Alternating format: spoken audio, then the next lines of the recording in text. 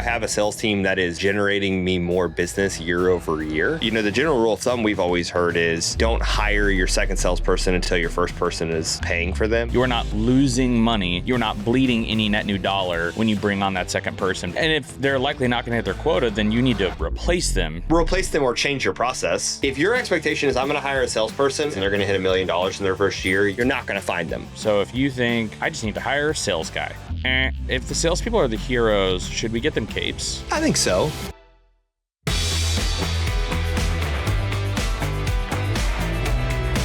Welcome to Entry and Exit. My name is Stephen Olmon, and this is Collin Trimble, my business partner and co-host. We run Alarm Masters, which is a Texas security and life safety business, and we also host this podcast to try to provide practical and tactical advice for people trying to scale in this industry. We're excited for today. We actually ran a poll on LinkedIn to see, and we had a resounding 15 people respond. So you could tell people are passionate. With that amount of people showing up, they're passionate. Hey, 15 people. More than 14. More than 14 for sure. I'm going to say greater than 14 going forward. Now, people are busy, you know? People are busy. We're recording this in January. It's the beginning of the year. And people are busy. Yeah, so they're distracted. If it was October, you would have gotten like 119. For sure, 100. Yeah, absolutely. Probably, approximately. What did we hear? The results were we really liked the sales and marketing stuff. So we're going to talk sales today. And then at the end, we'll go through. At the end, we also got some feedback that folks said, hey, we want to hear more about some updates from what y'all are doing at Alarm Masters. So at the end, we're going to share just a few updates of what we're working on and like some cool stuff that's going on. And we'll give y'all some more insight into that. So we are talking today specifically about sales and how to scale your sales department. This is probably the most asked question that I get from my peers in the industry is, how do I grow my sales team? And really, how do I scale my sales team? So like, how do I have a sales team that is generating me more business year over year? I think there's a lot of segments to that. I think there's kind of 5 bullet points that we're going to cover. And I think the first bullet point, I think, is something we want to talk through is sort of our journey to like, how did we get to a sales team? Now we have 6 people on our sales team today, full time. And that wasn't the case when we started. I was the person doing sales. And I think, you know, Stephen, you can kind of jump in here too, but you know, the general rule of thumb we've always heard is, you know, don't hire your second salesperson until your first salesperson is paying for them. And the concept there is to scale, you should have line of sight to your first salesperson should pay for the second should pay for the third, because that's an ultimately scalable machine, right? Like you've heard that before. Yeah, and by pay for, you think about the revenue that someone drives, less the cost of that person, less any sort of like COGS related to that, or direct cost for that revenue, the gross profit therein covering that next person. So like mathematically, you are not losing money. You're not bleeding any net new dollar when you bring on that second person, because that first person, through the profit that they are driving from their sales activity, is covering them fully. And I think the number that is industry standard is 3 to 5x coverage. Their quota should technically be 3 to 5x of what their fully burdened OTE is. And so that would not just be, and so for us, if you're going to do the math the correct way based on our gross profit and all the things, like that's 5x for us. So we're 5xing the cost of our, their quota is being set at 5x of their fully burdened pay, including technology and, you know, all the things. Like, let's work through the math of an example. So I would say if you've got a person that you're paying $100,000 in salary OTE, so that'd be $50K base, $50K commission. And then you've got some, we'll just say software and other auxiliary costs. We'll just say that's $2,000 or $3,000 a year. And then you've got some like vehicle, payroll, taxes, insurance, blah, blah, blah. So we'll call that another couple grand a year. So let's just say it's $110,000, right? Just for simple math, 10%. It's probably more than that, but it actually for sure is more than that, because we'll go 120. Okay, 120. All in. So at 120 all in, you're the math genius. At 3x, it's what? And at 5x, it's what? 360 to 600. So that would be the math on how you'd want to look at coverage. You also want to kind of validate that by saying, hey, if you've got a $600,000 quota and that person generates whatever 50% gross profit on that 600, so that's 300,000, and then you're backing out their 120 out of that 300,000, you're at 180. So you got 180 that you can use to pay for the next salesperson, right? That would be the concept. We homeschool, and I'm helping with the math this year. And if you ever want to join, could you help me?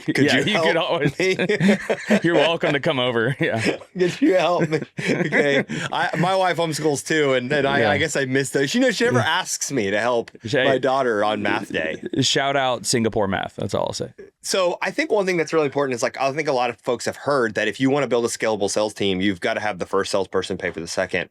I don't think you necessarily have to have you don't have to wait a year, right, to see, okay, did the first person, okay, did the second person. Here's what I think the heart of the intent here is that you need to have it, the kind of burden of proof here of we have a salesperson that we hired. We're running a play in a sales process. Is this person going to close based on their clip or whatever to be able to pay for another salesperson? And so for us, this is the way this looked. So when we started, it was just me. So I generated... My goal was basically to generate about $1 million of incremental revenue by myself in the first year of Alarm Masters to see, hey, could I do that? And I was able to do that. So we hired a sales guy who came in, and for a year, I would say for 6 months, he came in and he basically just took over that and was basically on a similar pace. There was a little bit of a learning curve because we grabbed from outside the industry. But instead of hiring the next salesperson, what we did is we took a little bit of a detour and started on a segmented sales strategy, which we're going to talk about here in a second. So we hired some supporting roles to see if that would unlock more of productivity from our field salesperson, and it did. And then we hired additional salespeople. So our investment strategy was, let's get the first field salesperson done. Let's maximize their production via hiring some inside sales folks, and then let's scale the field sales team from there. And so we didn't wait for the first person to hire the second, and then we didn't hire. So now we're at 7 people, right? So we're fully built now, or no, we're at 6 people on our sales team. So we sped it up a little bit, but that's because we had proof of concept. We really spent, I'll say, 1.5 to 2 years figuring out the formula and what the plan was. And I think that's really important. So if you're going to hire a salesperson, I guess the word of warning is don't hire a second salesperson if your first salesperson is likely not going to hit their quota, right? Wouldn't you say? Yeah. And if they're likely not going to hit their quota, then you need to replace them, not add. Yeah. Replace them or change your process, right? How are you supporting them, right? That's actually a good tangent, is how long should I give my first salesperson, or let's just say whether you bought a business, you inherited them, or you've hired them, or whatever it may be. If you've got one other salesperson outside of yourself, if I'm talking to an owner, founder type, how long should you give them if you do have a pretty solid process in place? What degree of patience? How do you think about what's fair, what's unfair? I think that a couple things contribute to that. I'm going to give you a long answer. Sorry. The first thing I'll say is, if your expectation is I'm going to hire a salesperson and I'm going to hire somebody from the industry and they've got all these connections, I'm going to throw them in and they're going to go find their leads and they're going to hit $1 million in their first year, you're going to spend a lot of time trying to find that salesperson, and you're likely never going to find them. Unless you're just giving them every single one of your inbound leads and you have a robust inbound machine, in which case they're not really doing outbound. They're just an inside salesperson closing deals for you. They're an order taker, right? So my personal philosophy on this is that it is the company's responsibility to build a framework that helps produce demand for my salesperson to close. And that doesn't just mean inbound. For us, we give our inbound to our sales team, but we also force them, and actually more than, I would say now, this year will probably over 80% of our individual salespeople, their leads will come from outbound prospecting in our existing base. And so I created the playbook that said, hey, here's how you're going to go find leads. Here's the various ways you can find leads. Here's the list we use. Here's the machines we use. And here is the various sales plays you can run. And then here's the sales process. I think that it's the company's responsibility to design that, then give that to the salesperson to run on. And I also think that it's really important to evaluate the salesperson from a kind of what we always say, attitude, effort, and skill. You could really have to have two of those. You got to have a great attitude. You got to work really hard. And, we can try to train you on skill or whatever. Like, we really try to make sure that at a minimum, whoever we're hiring has at least two. And really, we're trying to at least get line of sight to three. And we typically hone on attitude and effort, and then we teach skill. That's sort of our playbook. So to answer your question, if I have a fully built process that I know works, a scalable sales process that I've tested, and I know that it works, and I have given the playbook to the salesperson, and they have not, and they're not doing it, I'm going to say 3 to 4 months. If they're not doing it, if they're not having a good attitude about it, if they're trying to do their own thing, what happens a lot of time is you give them the playbook and they want to kind of do their own thing because it's what they've done in the past. And then it doesn't work for them. And they're like, oh, crap, now I want to try to do your thing. But it's like kind of too little, too late. So you have to kind of really you find a salesperson that trusts what your process is and kind of buys in. So I'd say 3 to 4 months. If you don't have all that, man, I mean, you're figuring it out. Yeah. Yeah, that's a lot. And if you're hiring a salesperson that you're going to work with to figure this out, like if you don't know sales and you're an owner out there and you don't know sales and you want to go hire a salesperson, and I'm saying a bunch of stuff about developing a sales playbook and you're like, I don't know how to do that. Well, then you could go hire a salesperson to work together on that and y'all could build that together. But just know that like the salesperson's probably not going to produce as much and as quick as you want. You're going to have a lot of patience there. I think there's also people that might listen to this and they already have a salesperson in seat and there is no process. And so they're looking at payroll, they're looking at cost structure, they're looking at quota. They may not even have a specific quota. And they're thinking, I know I'm supposed to have a sales guy or saleswoman. I have one of those, but I don't feel like this is working. Yeah. That's also a pretty common thing we see. We do see that a lot. And we see it and usually manifested in one of two ways. It's either they're not really producing anything, but they make my life easier because I don't have to go walk jobs.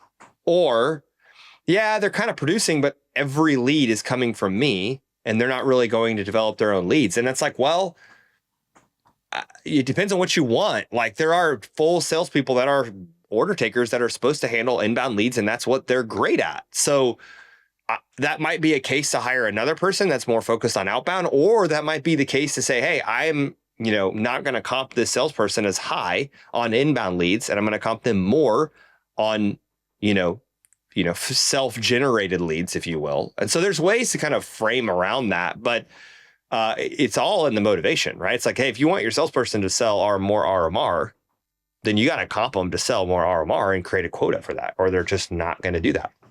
Let's talk about within the confines of this conversation. We talked about an example of a total OT of like 100K. Mm-hmm. Well, I think for some people, serving SMBs locally, other people may already be or want to pursue larger kind of enterprise type deals and customers and just kind of larger overall contract values. So how do you think about hiring for who we're expecting to sell to and kind of the delineation between someone who might be a little more of a junior or kind of SMB focus versus enterprise? I think talking through that would be good. Yeah, I think that's a great question. And I think that that kind of sits right into the segmented sales strategy kind of point, which we talked about earlier, which is you need to find the salesperson. So trying to find a salesperson that is good at everything, which would be new logo, install, enterprise deals, SMB deals, doing their own quoting, making cold calls, closing and negotiating, designing. You're not gonna find them, or if you do, it's probably just you, and that's really hard to scale. And so we like to take the approach that we try to find a salesperson that's a quote archetype for the role we're trying to hire, right? So here's a kind of like two very base level examples that probably some people have heard, which is new logo would be a new customer you've never done work with. And a install account would be a customer that's currently monitored by you or you've done some amount of work for, and you're doing more with them. So install base means you've installed something there. The salespeople that sell into those two things are going to be very different. A new logo salesperson theoretically is going to be more aggressive. They're going to be high volume, high energy. They're going to be competitive. They're going to be focused on closing the deal. They're not going to be afraid to close the deal. They're energized by hunter type, hunter mentality. Yep. Install base. A lot of people say farmer, and here's the thing: the farmer like rep has like gotten a really bad name in this industry. Oh, I'm not trying to find a farmer, because what they mean is that's a bad salesperson. And it's like, no, a good farmer is one of the best salespeople you can have, because what they're doing is they're getting the second and third dollar, which is the most profitable dollar, because it also creates a sticky customer. And so there is bad farmers. There's also bad hunters, because they're getting, really unprofitable deals for you. So I think that in an install base, you're looking for somebody that's a little more relationship oriented, that's going to value face to face, and they're going to value longevity of a deal and getting more of a what we would call point of view on the customer. So they're going to be willing to do the research to say, I'm going to go call on this customer. Like, I want to know a little bit about their history. Like, how much RMR do we have? Do we have any open cases for them? Do we have an outstanding balance? Like, have other people tried to call into the account?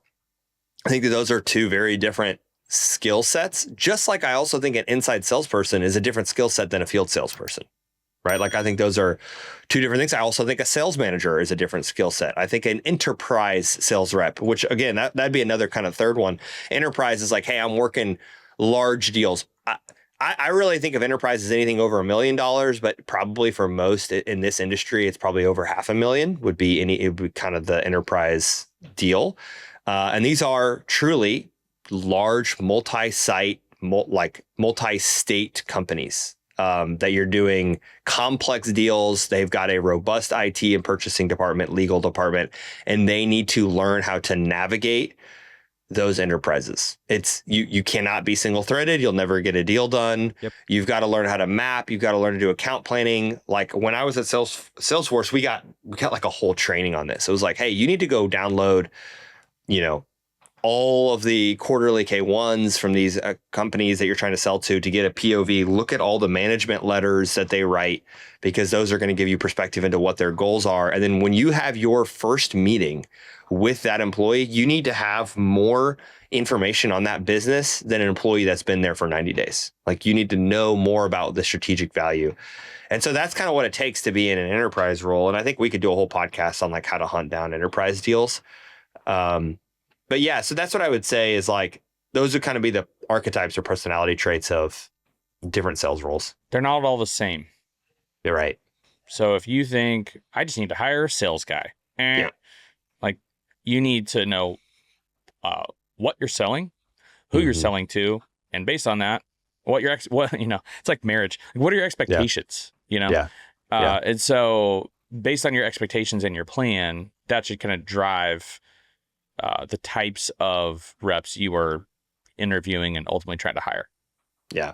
No, I think that's a great point. I think that kind of speaks to the inside sales role too. If you just take we'll just call it mid-market sales rep. A lot of people in the security industry, our peers, are hiring mid-market sales reps that are selling deals that are $15,000 to $150,000.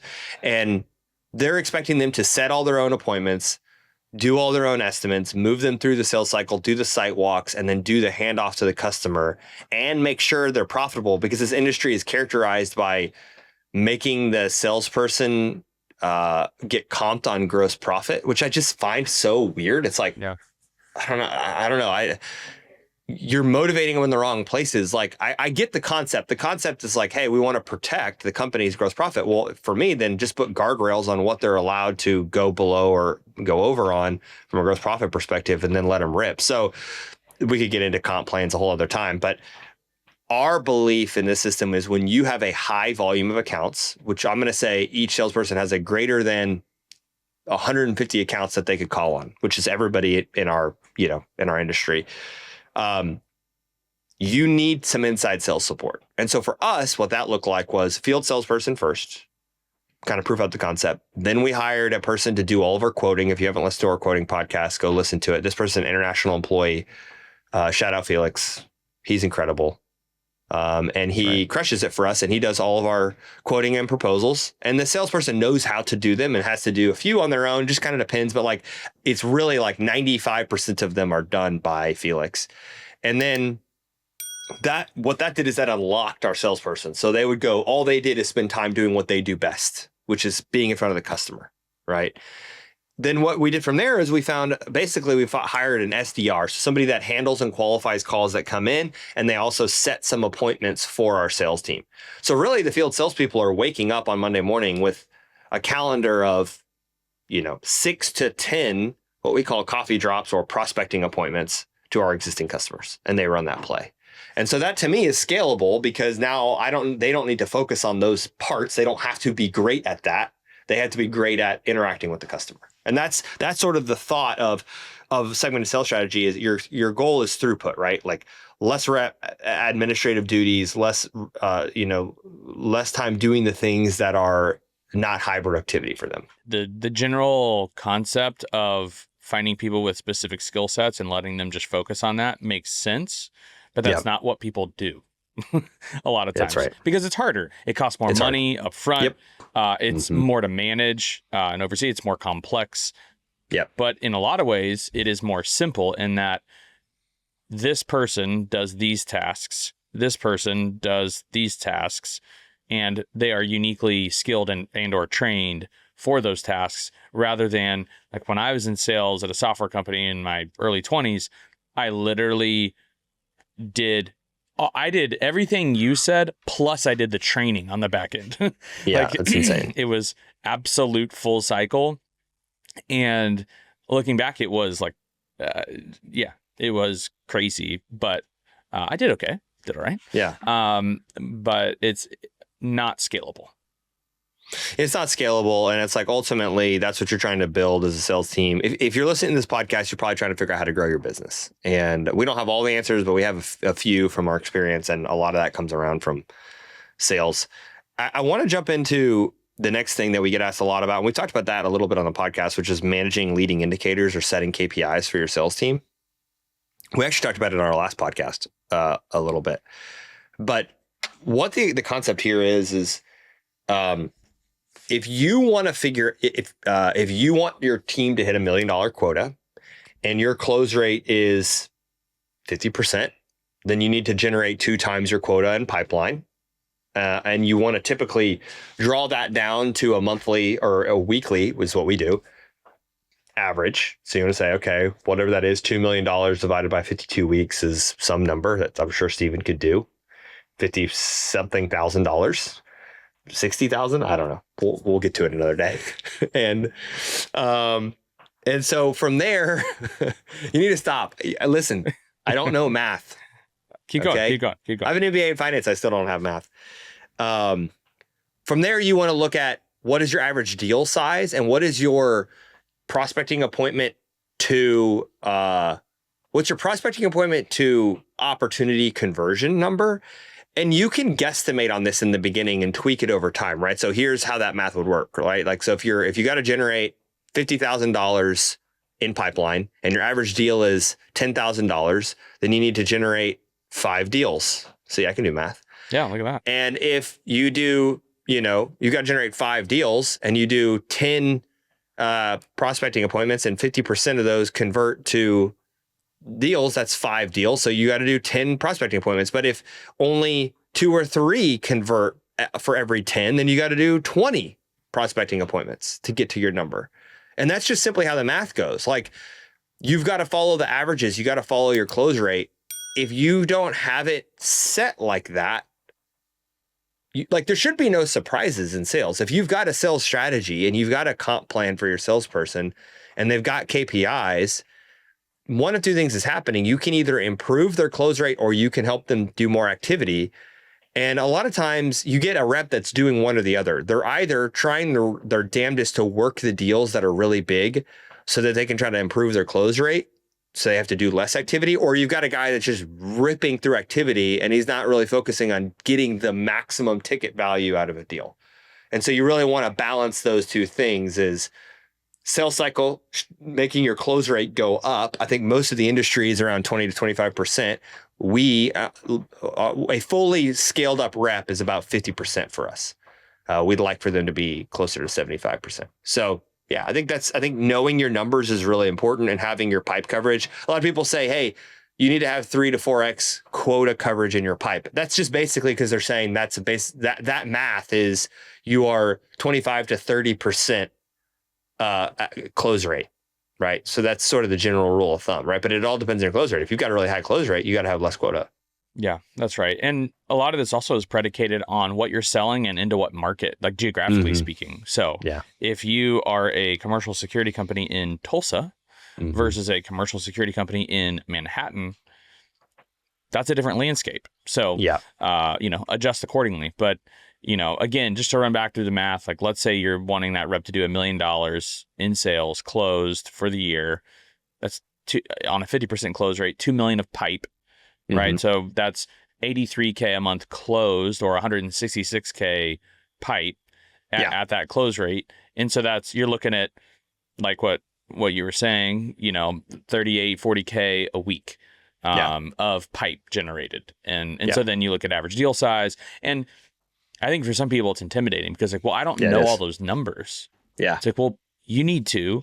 And like we've talked about 87 times, you may have to invest in technology that you don't have today to be able to have better real-time, updated, aggregate, slice and dice, however you need to, by rep or by cert, so that you actually know what's happening in your business, And we were not like that day one, we really in the last 12 months, we've really gotten to a better place there.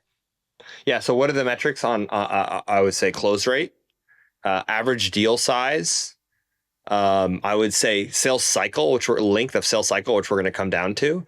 And then I'm going to say conversion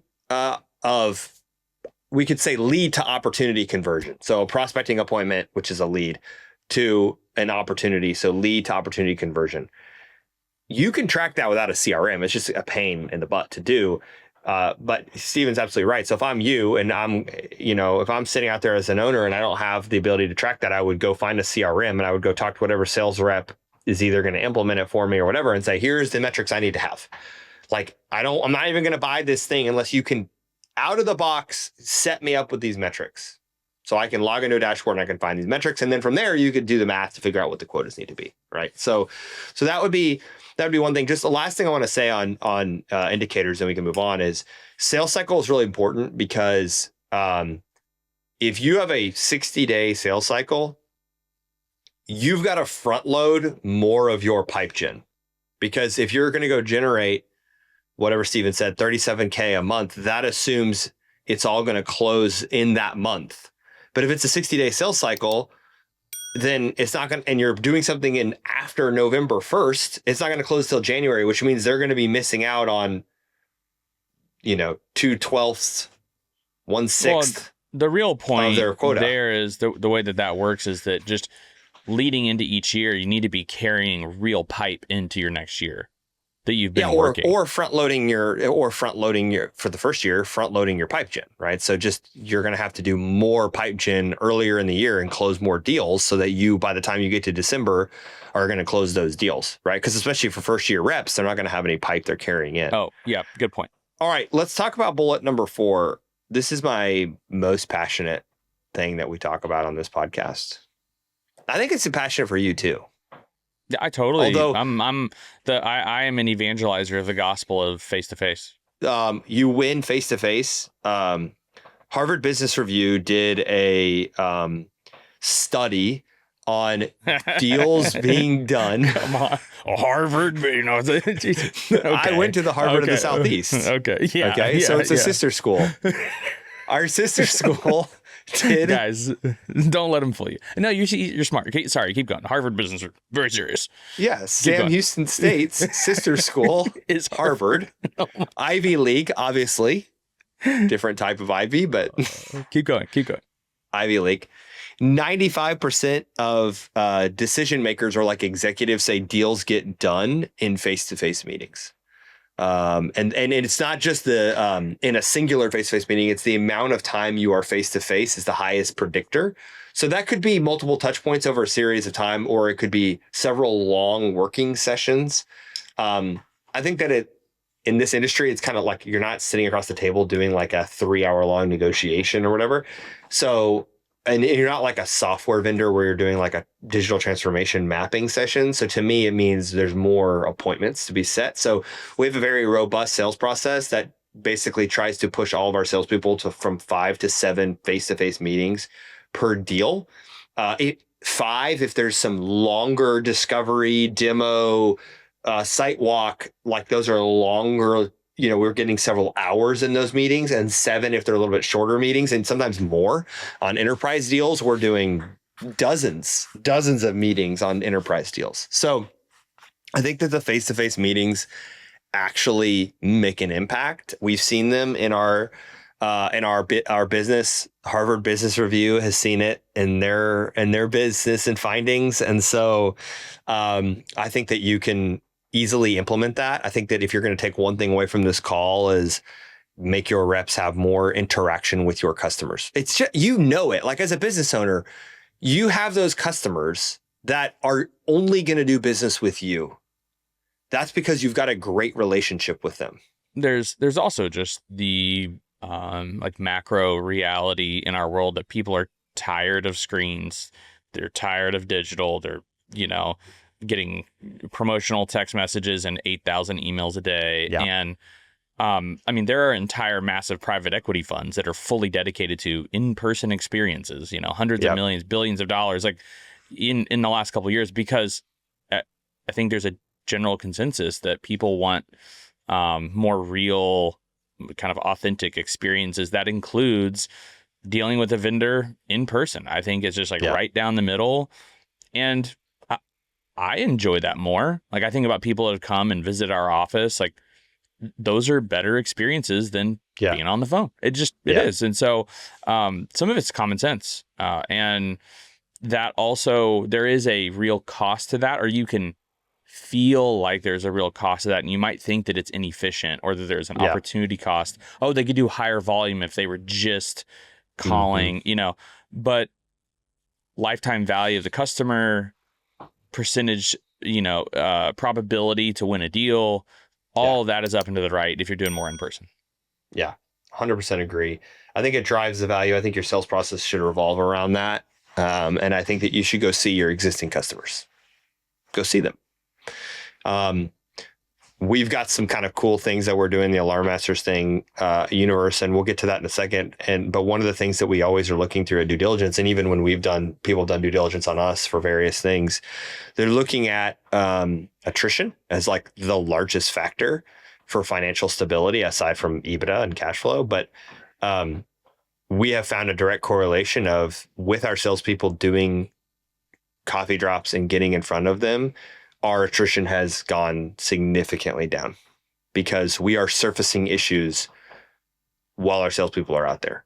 And you would be surprised. Like I've had some buddies of mine in the industry that have been like, yeah, but I don't want my salespeople dealing with customer service issues. I'm like, well, they're not dealing with them. They're moving them into our customer service department, but guess what? They're the hero. So they solve the problem for the customer. So now they've got a relationship with that customer. Customers, not indebted to them, but they feel like that salesperson cares. And so they're likely going to give them more business. And so, man, we use that as a compelling event. Like that's not a negative. That's a positive all around, at least for us, it's been. If the salespeople are the heroes, should we get them capes?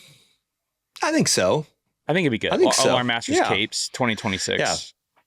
Yeah, I think so. I think it would be really funny to start running. I actually talked to a guy who did this. He used to sell lighting into multifamily, and he had a little French bulldog, and he would bring his French bulldog in on drop-ins to every drop-in.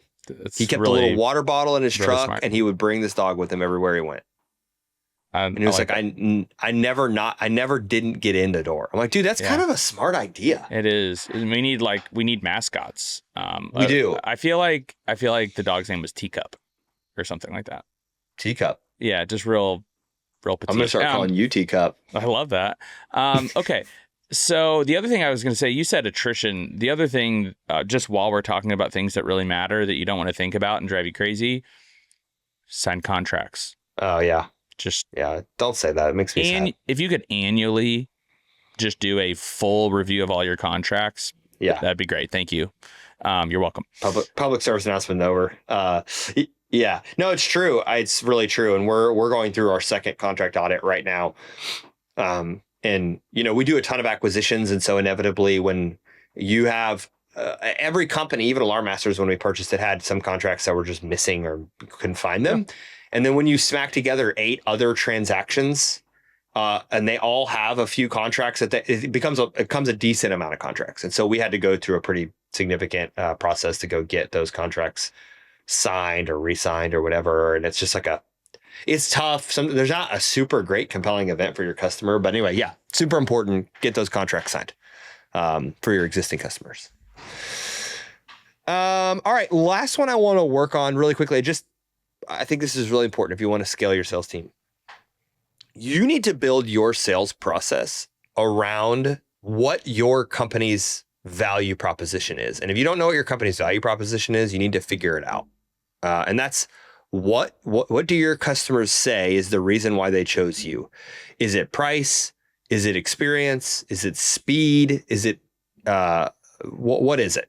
Right. And so you can't be all of those things. So trying to advertise to all of those things, trying to represent that you are all of those things is not possible and is also not truthful. And so you want, and customers know that. It's not optimal as like a representation out into the market. Yeah.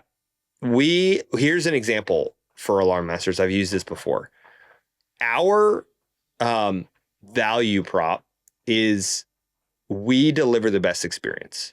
And here's what I mean by that. We want to be the Chick-fil-A of the security industry. Thanks, Chick-fil-A. Don't get mad at us for using your name. Eat more chicken. And so as a result of that starts at the front of the sales process. It is very white glove. And our whole process is not, we don't sell the highest price in the industry. We're not the lowest price. I would say we're kind of upper middle in terms of pricing in the industry. And that's where we want to be. We're pretty fast, I would say, but that's not like our thing. It's like, we're the fastest. We'll get your system turned around in 24 hours. And the other thing I would say that we're not is we're not the guys that are like the most highly engineered. Like there's been times where customers have said, hey, we have a lead, or a manufacturer will be like, hey, we've got a lead for this like bank and they want this like lockout, tag out thing. And they want to integrate it with this thing and these parking lot and this solar and this point to point. I'm like, that's not us. Like that's yeah. And we've actually, Stephen, we've talked to a couple acquisitions who they were like, yeah, they brag about their level of engineering. Correct. And we're like, that's not what we're trying to be. So those weren't deals we pursued. We are trying to pursue the deals where customers want a reliable, long-term security system that's priced at a fair rate and that it's going to be they're going to be taken care of. And they know who they can go to for service. And so that's what we do is we build, hey, your experience with us is going to go from the sales experience, which is going to be great, to the project experience, to the service experience, and anything post-sale training, everything. We're going to really focus a lot on your experience with Alarm Masters. And that carries over into our service department. And right. So even recently, one of the largest deals we've closed since we've, owned the business, they just recently gave us some feedback that we're their favorite vendor, and the way that we operate and communicate is just like far and above the way that any other vendor they have interacts with them. And it was just like really high praise. And so the way that we are trying to operate in that manner is working, and we're getting real-time feedback, quick feedback loops on that. We are really focused on making sure that is the experience our customers get. Is we want to be their favorite vendor, not their favorite security company. We want to be their favorite vendor. And we do that it starts for us, just candidly, like insane levels of communication. So as a result of that is our experience. So we've painted the picture of what we're trying to be. We build our sales process around that. Every discovery deck and every sales interaction that we have is representing that value proposition to the customer every step of the way. Mm-hmm. And we are trying to build steps into the sales process. Our marketing material, our scripts for our salespeople revolve around delivering a white glove experience. And what is the tangible, like, what does that mean? And so we go through, we have hypercare and we have check-ins and like, we have all this stuff, right? So that's all part of our deal. And so we build our sales process around that. If you want to scale your sales process and do your salesperson a favor, they need to understand, believe, and see firsthand that value proposition. So if you have a salesperson that comes to you to say, hey, I'm losing a bunch on price, and you have never said to them, we're trying to be the cheapest, then they don't know what your sales proposition is. You should educate them on that. Why are you the best at what you do? And you need to educate them on that, and then you need to create your sales process around that. Any other bullet points that you're thinking of that relates to scaling a sales team? Anything that you think we didn't cover that was important? Anything from Harvard Business Review that you've read recently? No, it's intentionality wins here. Like, you can't hope that this goes well. Like, there's just a lot of intentionality required to build the playbooks, deploy the playbooks, teach it, manage it, monitor it. It is very involved, and it is, from our experience, the only way that it's going to work and scale. Let's jump into a couple quick updates on Alarm Masters on the acquisition front. You want to give some updates to the folks, to the people? Yeah, we based in Houston, and our vision has been to be at a minimum kind of a full-scale Texas security company, and we have a couple deals under LOI that will very much give us kind of what would be called the Texas Triangle, or really kind of give us a firm foundation across all major markets, and so really excited. It would dramatically expand our footprint.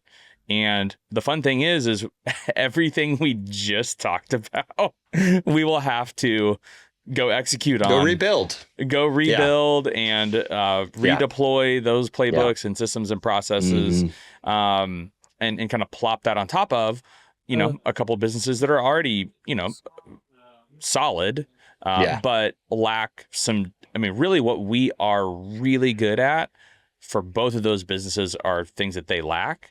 But they have phenomenal histories and reputations, ops, talent, tech side, et cetera, et cetera. So really excited, hoping that in the next, couple of months, we can talk about that more as we kind of try to get those done. And it'll really be a huge game changer. And it's kind of like the next big leap forward for us. Yep. And we closed on 3 or 4 smaller Houston add-ons, right kind of towards the end of the year that we're really excited about. That were just, smaller, kind of local to Houston, 40-year-old companies, and every one of them came from our network. Like, it was, we worked with somebody that was in our network, or we had a friend of a friend, and we got connected. And so it just kind of speaks to the power of talk to your network, talk to your, your vendors, and get them educated. So anyway, just some cool updates. I think we have some people that have said, hey, give more updates on the Alarm Masters front. So we wanted to do that. We appreciate everybody listening. We what we really want is for you to subscribe and interact with our stuff. We have this really awesome newsletter that we spend a lot of time on. Like, we do this recording, but then Steven and I spend probably most of our time kind of thinking about all the content that goes into that newsletter and figuring out how we can make it valuable. If you're like us, you like to look and kind of skip through videos. That's how I am on podcasts. I kind of skip around to different areas, but I love newsletters that are summaries of those. And so we try to do that. So you can subscribe to that. You can go to entryandexit.co. You can email us at info@entryandexit.co. We can add you there. We'll put a link in the podcast. And yeah, we'd love any feedback you have. You can always shoot us an email. We appreciate you listening. Thanks.